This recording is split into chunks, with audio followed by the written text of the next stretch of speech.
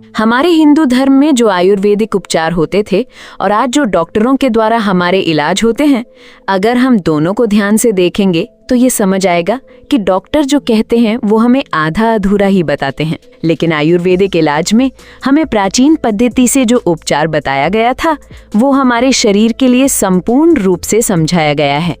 जैसे ही हम डॉक्टर के पास जाते हैं वो हमारा इलाज करता है और हमें टैबलेट, दवाई, गोली के साथ खाने का एक चार्ट भी देता है कि आपको ये खाना है और इसका परहेज करना है।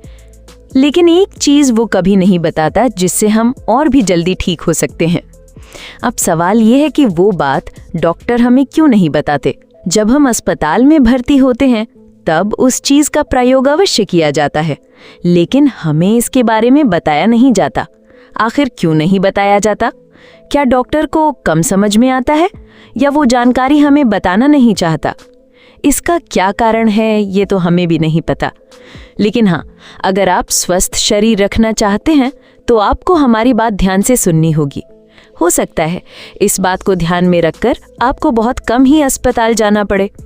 तो सबसे पहले ये समझना जरूरी है कि हम बीमार होते क्यों हैं। इसका उत्तर है, जब हमारी मांसपेशियां ठीक से काम नहीं करती तभी हम बीमार होते हैं। अब ये जानना आवश्यक है कि मांसपेशियां ठीक से काम क्यों नहीं करती। इसका कारण ये है कि हमारे शरीर में एटीपी हमारी मांसपेशियों तक सही ढंग से नहीं पहुंच रहा होता। अब आप सोच रहे होंगे कि एटीपी क्या है, तो इसे भी जानना बहुत आवश्यक है। एटीपी एक तरह का ईंधन है जो हमारी मांसपेशियों को चलाता है। अब प्रश्न ये है कि अगर एटीपी एक ईंधन है तो ये बनता कैसे है, ये कहाँ से आता है, कहाँ उत्पन्न होता है? इसका उत्तर है, एटीपी बनाने के लिए कार्बोहाइड्रेट जो हमें भोजन से मिलते हैं और ऑक्सीजन जो हमें शुद्ध हवा से मिलती है, इन दोनों की आवश्यकता होती है। जब कार्बोहाइड्रेट और ऑक्सीजन हमारे शरीर में मिलते हैं तो एटीपी तैयार होता है।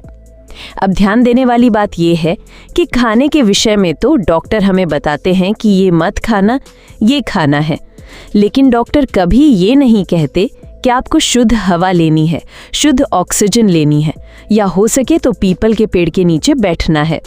लेकिन हमारी प्राचीन व्यवस्था में ये सब बातें हमें बताई जाती थीं।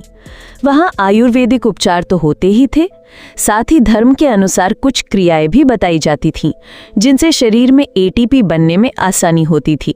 जैसे पीपल के पेड़ की पूजा करना, उसकी परिक्रमा करना, उसे जल अर्पित करना और विधि विधान से पूजा करना। और यही कारण था मित्रों कि प्राचीन काल में इलाज की पद्धति इतनी श्रेष्ठ होती थी, क्योंकि शुद्ध एटीपी बनाने के लिए आवश्यक है शुद्ध ऑक्सीजन जो हमें पीपल जैसे पेड़ों से मिलती है और शुद्ध कार्बोहाइड्रेट जो हमें अच्छे भोजन से प्राप्त होते हैं। आप जानते ही होंगे कि पीपल का पेड़ एक ऐसा पेड़ है जो 24 घंटे ऑक्सीजन छोड़ता है। ये तथ्य भी विज्ञान को हमारी धार्मिक मान्यताओं से ही मिला।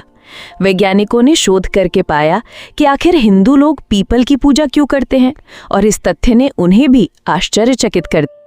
डॉक्टर की सलाह के अनुसार आप शुद्ध भोजन का तो ध्यान रखते हैं, लेकिन शुद्ध ऑक्सीजन का ध्यान नहीं रख पाते, जबकि शुद्ध ऑक्सीजन और शुद्ध भोजन ही आपके शरीर में एटीपी का निर्माण करते हैं, और वही एटीपी आपकी शरीर की कोशिकाओं तक ईंधन के रूप में पहुंचता है। अब यदि कोशिकाओं को यह ईंधन नहीं मिलेगा तो स्वाभाविक है कि आप दिन ब दिन बीमार होते जाएंगे। इसलिए आवश्यक है कि आप भोजन अधिक न खाएं, बल्कि उतना ही खाएं जितना आपके शरीर की ज़रूरत है। लेकिन ऑक्सीजन हमेशा शुद्ध लेनी चाहिए, और शुद्ध ऑक्सीजन आपको पीपल के वृक्ष के नीचे ही मिलती है। जब आप पीपल के वृक्ष की नंगे पांव परिक्रमा करते हैं तब आपके पैरों में एक्यूप्रेशर का प्रभाव होता है। साथ ही चलने से आपकी सांसें भी तेज होती हैं, जिससे आप भरपूर मात्रा में ऑक्सीजन ग्रहण करते हैं। इसी कारण पीपल की पूजा की जाती है, ताकि शरीर में अधिक मात्रा में शुद्ध ऑक्सीजन जाए और स्वस्थ एटीपी का निर्माण हो सके।